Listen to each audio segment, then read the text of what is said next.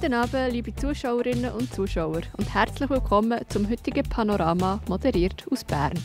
Heute haben wir folgende 2 Beiträge für euch in der Sendung.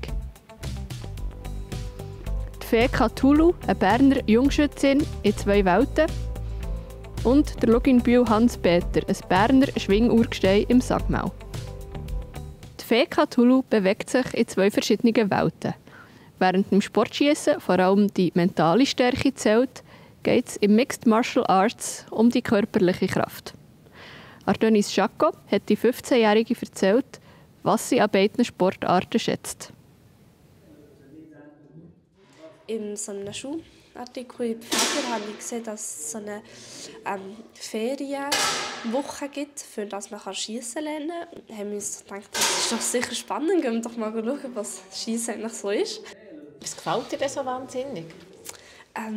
Die ganze Atmosphäre gefällt mir ehrlich gesagt, hier vom Schiessen auf diesem Club. Ja, das ganze Schiessen an sich, wie das Ganze aufgebaut ist, finde ich sehr cool. Das Schwierigste ist manchmal konzentrieren. Wenn man auch Sachen von außen hört, wenn zum Beispiel jemand hinter mir redet und so, und dann mich gleich konzentrieren muss, das ist dann auch schon ein bisschen tricky. Welche Fähigkeiten muss man mitbringen, dass man eine gute Schützin ist? Geduld. Sicher mal Geduld, weil es klappt nicht immer beim ersten Mal. Konzentration, also man muss sich sicher konzentrieren. Und auch Freude, natürlich für das Schiessen. Neben dem Schiessen hast du noch ein anderes Hobby, MMA, ein Kampfsport. Genau. Das ist ja ganz etwas anderes. Ja, das ist schon ganz etwas anderes. Wenn man körperlich angestrengt wird, hier ist es so ein bisschen mental und dort ist es so ein bisschen körperlich ändert. Von einer jungen Schützin geht es jetzt zum ältesten Kranzschwinger im Berner Team, am Luginbühl Hans-Peter aus Escheried.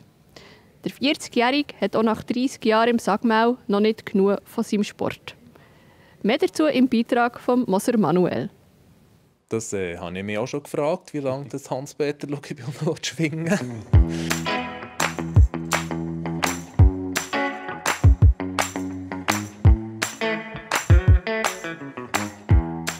Gibt es ein Schwingfest, wo du sagen würdest, das war mein schönstes Schwingfest?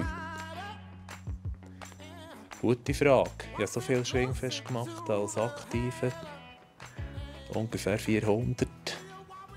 Aber die mir am besten in Erinnerung waren, ist ein nordwestschweizerisches Schwingfest, wo ich als Gast gehen. Das eidgenössische Schwingfest Frauenfeld war ein cooles Schwingfest. Ja, oder das Kranzfest im Seeländischen, wo ich im ersten Rang war mit 4 anderen. Das sind so Highlights, wo ich sage, mal, ist cool, aber es ist nicht fair gegenüber den anderen Schwingfesten, wenn ich nur eins herausheben würde. Es war immer wieder schön. Du bist 40, du bist der älteste Berner Schwinger.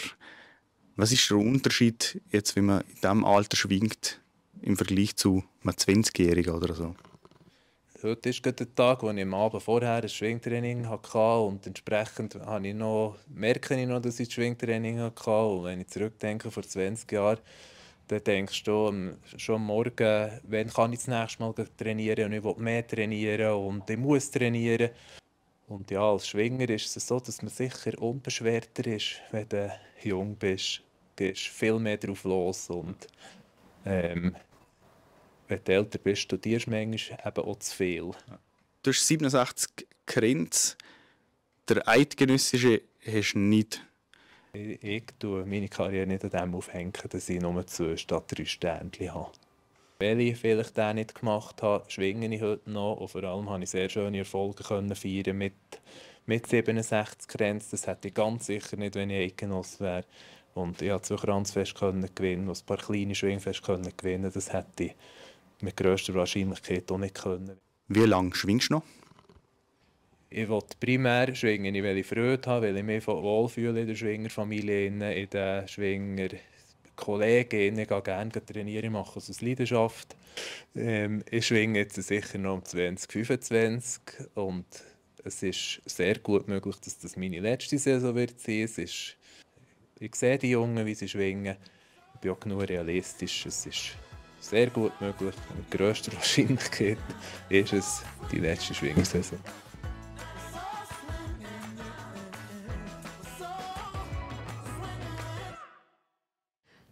Jetzt übergebe ich kurz ins Studio, wo der Matthias Mast seinen heutigen Gast in der Talksendung «Zusammen im Zentrum» vorstellen.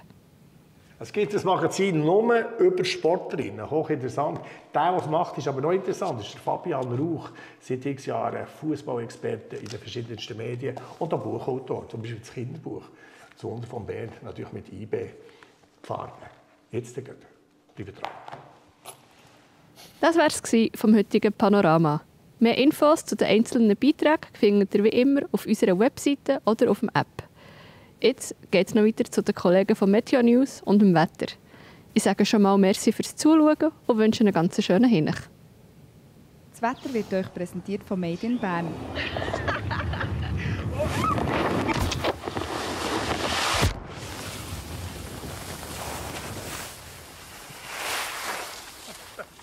Bärenstarke Winterferien.